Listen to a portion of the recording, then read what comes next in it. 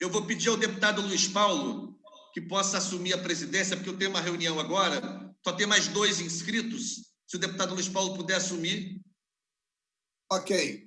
Agradeço, deputado Luiz Paulo, agradeço, deputada Renata. Obrigado. Com a palavra, deputada Renata Souza, Vossa Excelência dispõe de 10 minutos. Muito obrigada, senhor presidente Luiz Paulo, deputado Luiz Paulo, agradecer não só a possibilidade de fazer essa intervenção no expediente final da ALERJ, mas cumprimentar todos os companheiros e companheiras hoje que ainda estão no plenário da ALERJ e aqueles e aquelas que estão nos assistindo. Sem dúvida nenhuma, ter como um dado concreto da realidade mais de 80 mil pessoas mortas no Brasil, outras 12 mil pessoas mortas no estado do Rio de Janeiro, e a cidade do Rio de Janeiro contar com mais de 7 mil pessoas mortas pelo Covid-19, é uma situação de total drama, mas de total dor coletiva. Eu acho que me colocar aqui solidária a essas famílias que perderam seus entes queridos é uma necessidade e uma importância enorme diante de uma casa legislativa que sabe todo o seu papel diante dessa crise sanitária global. E, portanto, quero deixar aqui a minha solidariedade a cada uma dessas famílias que perderam seus entes queridos. Efetivamente, a gente estava aqui discutindo, no início já da sessão plenária, todo o debate com relação às organizações sociais, que isso representa, né? As organizações é um modelo de gestão, principalmente colocado nesse momento na saúde pública, e que traz para a gente desconfianças sobre o que deveria ser prioridade ou não de um governo em plena pandemia.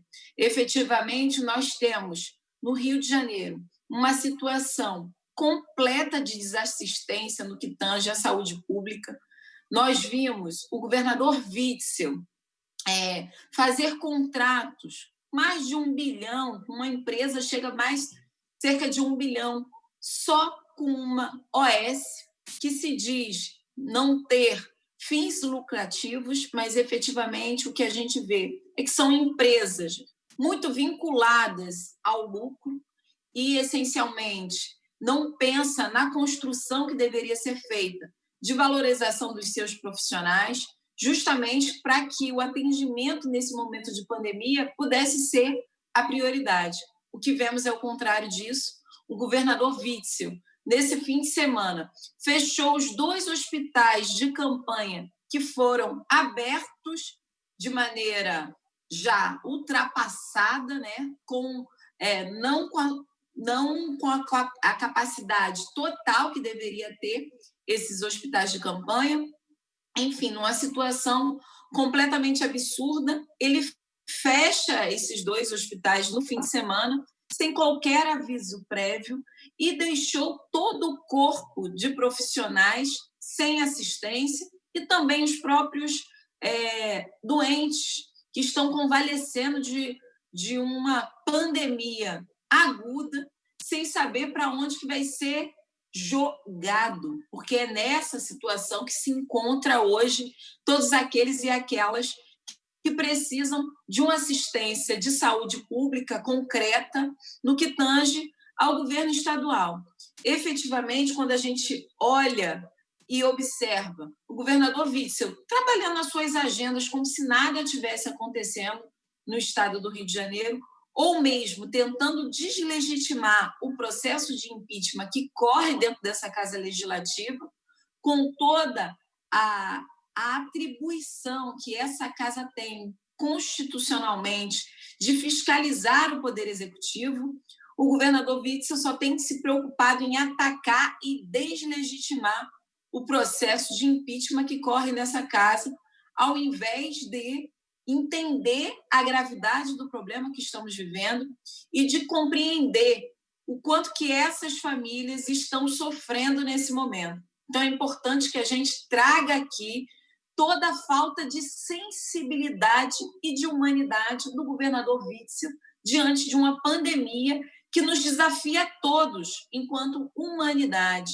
Lembrar também, como foi dito aqui mais cedo, que um dos seus financiadores de campanha é diretor médico do Instituto NIR, que é uma das OSs que estão aí sendo investigadas pelo Ministério Público e, obviamente, essa Casa Legislativa que faz o processo de impeachment também vai se debruçar sobre esse instituto, justamente porque o seu diretor médico fez uma doação de R$75 mil para a campanha eleitoral do Witzel.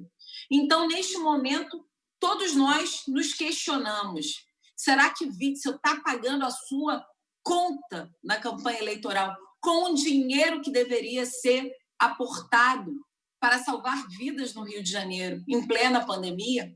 Essa é uma questão que fica e que eu espero que o processo de impeachment que corre dentro dessa casa possa nos responder.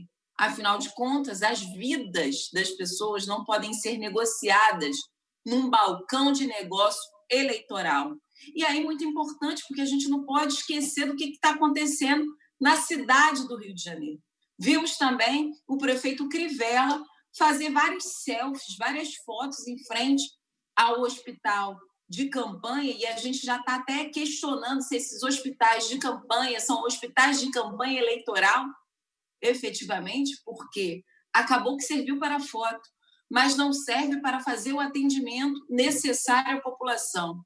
Então, hoje a gente vive nessa situação completamente degradante no que tange aos cofres públicos do Rio de Janeiro e do município do Rio de Janeiro, sendo colocada a própria sorte. Nós assistimos o prefeito Crivella colocando um tomógrafo dentro de uma igreja na Rocinha, ao invés de colocar esse tomógrafo, por exemplo, dentro da UPA da Rocinha. Essas são escolhas políticas, não são escolhas técnicas, são definições que partem de um outro lugar e não do cuidado com as pessoas, como o Crivella lá atrás trouxe nas suas campanhas eleitorais.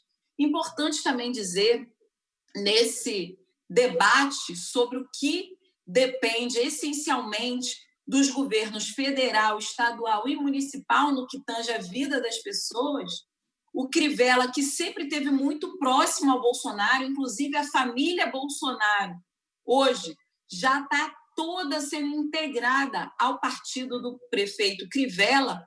É importante olhar que o Crivella não teve a hombridade de exigir que o Bolsonaro, por exemplo, reabrisse os mais de 800 leitos disponíveis e fechados nos hospitais federais que constam que estão localizados na cidade do Rio de Janeiro. Então, esse conluio entre governo federal e prefeitura do Rio de Janeiro, entre Bolsonaro e Crivella, é um conluio que não é para salvar a vida das pessoas, pelo contrário, é para tornar a vida das pessoas ainda mais difícil, sem todo o olhar que o poder público deveria dar.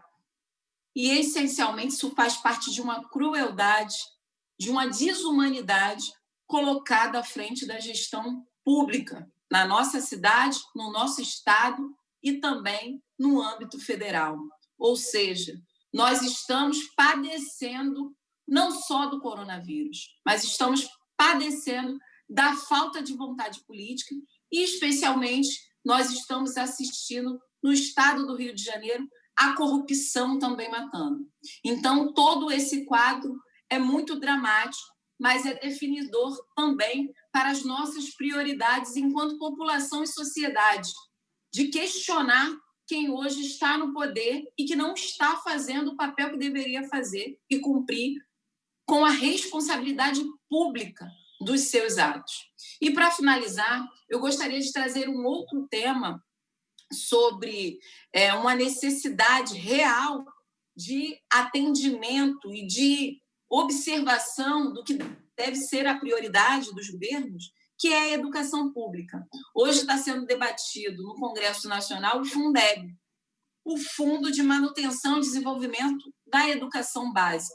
um fundo essencial para a educação, tanto dos estados quanto dos municípios, fundamental para a possibilidade de ter as crianças, os nossos adolescentes, acessando a educação de maneira qualificada, tendo acesso, inclusive, à merenda, tendo condições de pagar os professores, os profissionais que fazem com que o corpo, a comunidade escolar, exatamente funcione.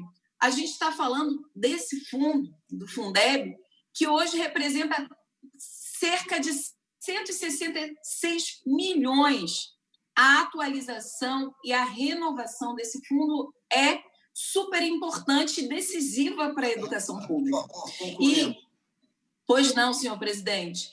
E precisamos observar que o governador, que o presidente da República, Jair Bolsonaro, utiliza esse fundo para fazer chantagem com o Congresso, para fazer chantagem com a população que depende exclusivamente da educação pública para ter uma possibilidade de sonhar concretamente com outro futuro para o seu filho, para um investimento numa educação que seja, de fato, pública e de qualidade e que seja acessível a todos e a todas. Então, é muito importante dizer que, no primeiro momento, esse presidente que não se preocupou em pensar no Fundeb, no fim de semana, no sábado, manda uma proposta em que ele apresentava claramente a intenção de dar um calote no Fundeb logo no ano de 2021, ter um abismo da possibilidade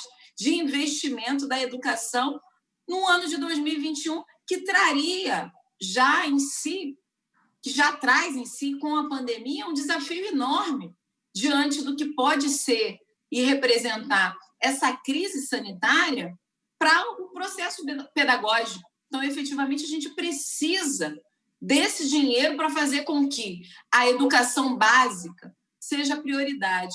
E é óbvio, né? A gente viu a tentativa do presidente da República de aportar aí cerca de 5%, que representariam uns 8 bilhões, para assistência social, ou seja, a tal da Renda Brasil, que, obviamente, o presidente da República quer aportar aquilo que deveria ser para a educação para uma renda básica. Claro que nós jamais seremos contra a qualquer aporte financeiro que dê e garanta a renda básica.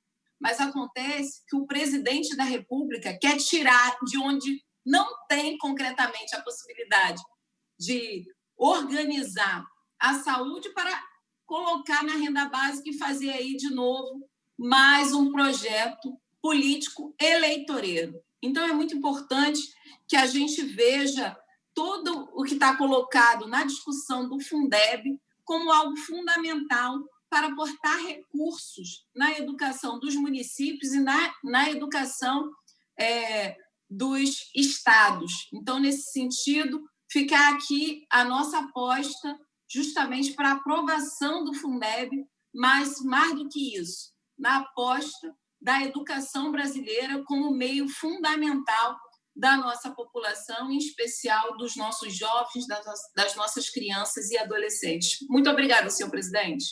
Obrigado, deputada Renata. O próximo orador.